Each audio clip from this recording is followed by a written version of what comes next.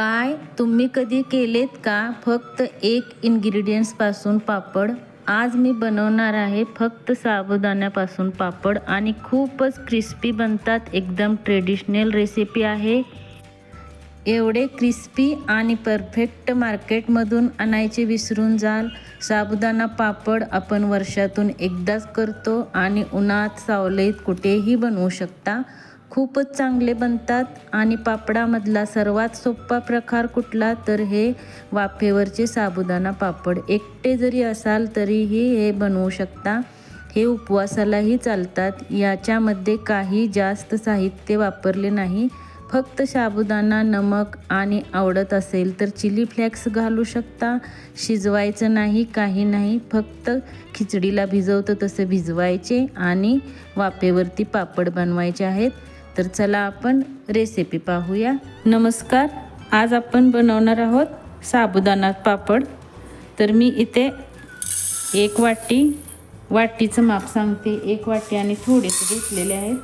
250 ग्राम साबुदाणा घेतलेला आहे.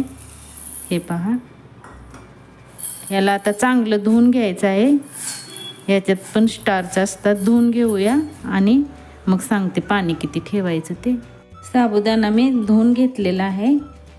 एकदा या दोनदा बस धुवून घ्यायचा. आणि त्याच वाटीने जर 1 वाटी साबुदाणा असेल तर अर्धी वाटी पाणी घ्यायचं आहे.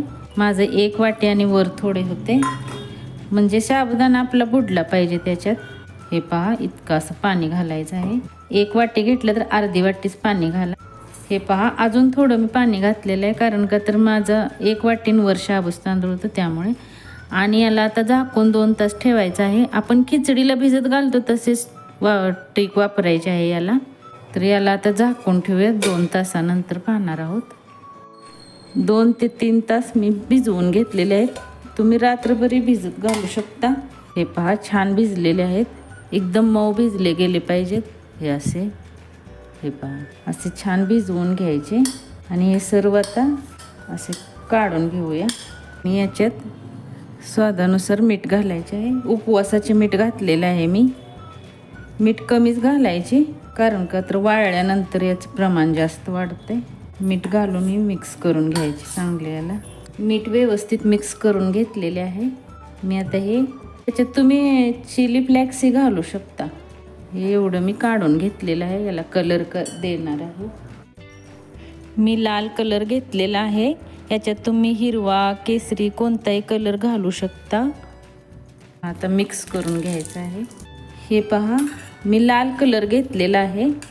लाल कलर मिक्स करून घेतलेला आहे पहा. आणि आता आपण इडलीच्या भांड्यात बनवणार आहोत. तर इथे मी आता इडलीची भांडी घेतलेले आहेत. याला आपण तेल ग्रीस करून घेणार आहोत. तर याला तेल लावून घ्यायचे आहेत. उपवासाला घालायचे म्हटल्यानंतर तेल उपवासाला चालते तेच घ्या. तर तेलाने व्यवस्थित ग्रीस करून घेते सगळं. जास्तही तेल लावायचे नाही, नाहीतर तेलाचा वास येतो.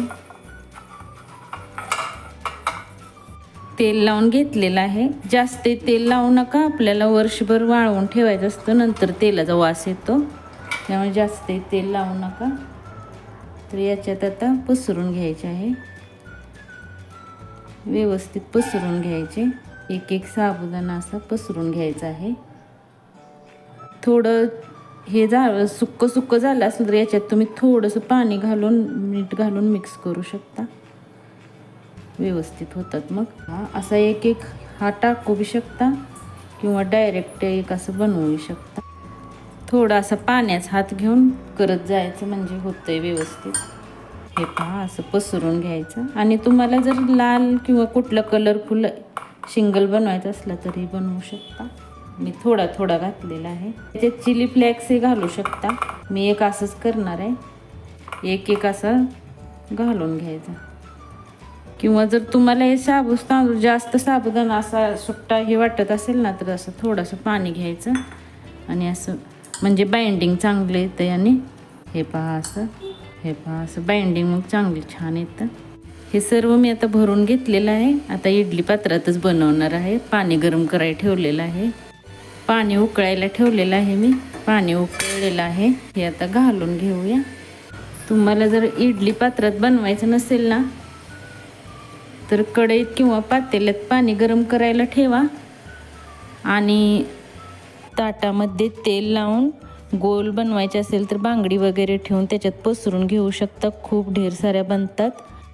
किंवा छोट्या छोट्या प्लेटा घेऊन तेल लावा त्यांना आणि पसरवून घ्या आणि ते ताटामध्ये ठेवा आणि वाफवून घ्या. त्याही खूप छान बनतात. आणि 5 मिनटं मध्यम फ्लेमवर उकळवून घ्यायचं आहे. याला काही जास्त टाईम लागत नाही, काही नाही. नीट झालेले आहेत, खोलून पाहूया. हे पहा, खूप छान फुललेले आहेत. याला आपण आता साईडला काढून ठेवूया. गॅस बंद केलेला आहे मी. साईडला काढून ठेवून थोडं कोमट झाल्यानंतरच याला आपण काढून घेणार आहोत. चला आपण आता काढून घेऊया याला चमच्याने नाहीतर चाकूने. थोडं कोमट होईल तसं हे निघतात छान. हे पहा, असे काढून घ्यायचे आहेत. हे पहा, असे निघतात. काढून पसरून घ्यायचे आहेत व्यवस्थित. अजून एक काढून घेऊया. थोडं कोमट होऊन द्यायचं आणि मगच काढायचे, लगेच निघतात. हे पहा, मी ते एका कागदावरतीच अजून काढून घेते. सावलीतच घातलेलं आहे. पंख्याच्या हवेलाही तुम्ही वाळवू शकता.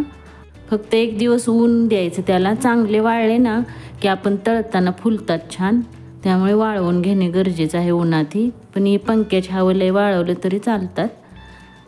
पण एक लक्षात ठेवा, याला 1 दिवस ऊन देणे गरजेचं आहे. हे पहा, मी सर्व काढून घेतलेलं आहे. आता उरलेले करून घेऊया. पापड माझे सुकलेले आहेत. हे पहा, खूप छान सुकलेले आहेत. 1 दिवस पंख्याखाली सुकवलेले आणि 1 दिवस उन्हाला मी वाळवून घेतलेले आहेत. उन्हाला नक्की वाळवून घ्या, खूप छान सुकतात.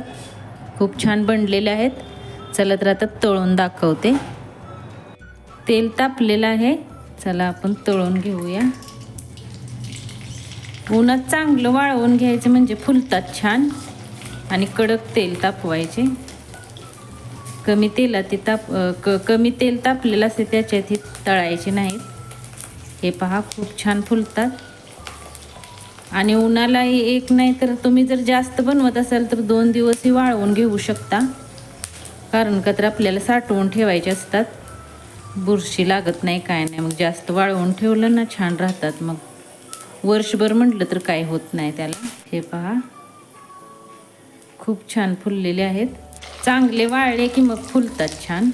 हे पहा, तेल तापलं की थोडं कमी जास्त गॅस मिडियम करत राहायचं. मिडियम करायचा गॅस.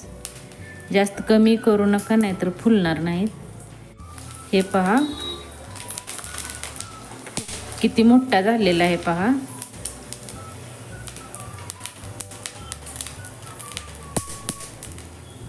खूप छान फुलतात. असेच आता सर्व तळून घेऊया. हे पहा, आवाज ऐकलात ना, किती कुरकुरीत छान बनलेले आहेत. तळूनही व्यवस्थित निघलेले आहेत. आपल्याला उपवासा दिवशी काय होतं, साबुदाण्याची खिचडी खायचं मन करत नाही किंवा लहान मुलांनाही असे तळलेले पापड खूप आवडतात. आपल्यालाही चहासोबतही खायचे असले तर हे करू शकतो आपण. तर नक्की ट्राय करून पहा. व्हिडिओ आवडल्यास लाईक, शेअर, सबस्क्राईब करायला विसरू नका आणि हाईपचं बटनही दाबा. चला तर नंतर भेटूया अशाच एका रेसिपीसोबत. धन्यवाद.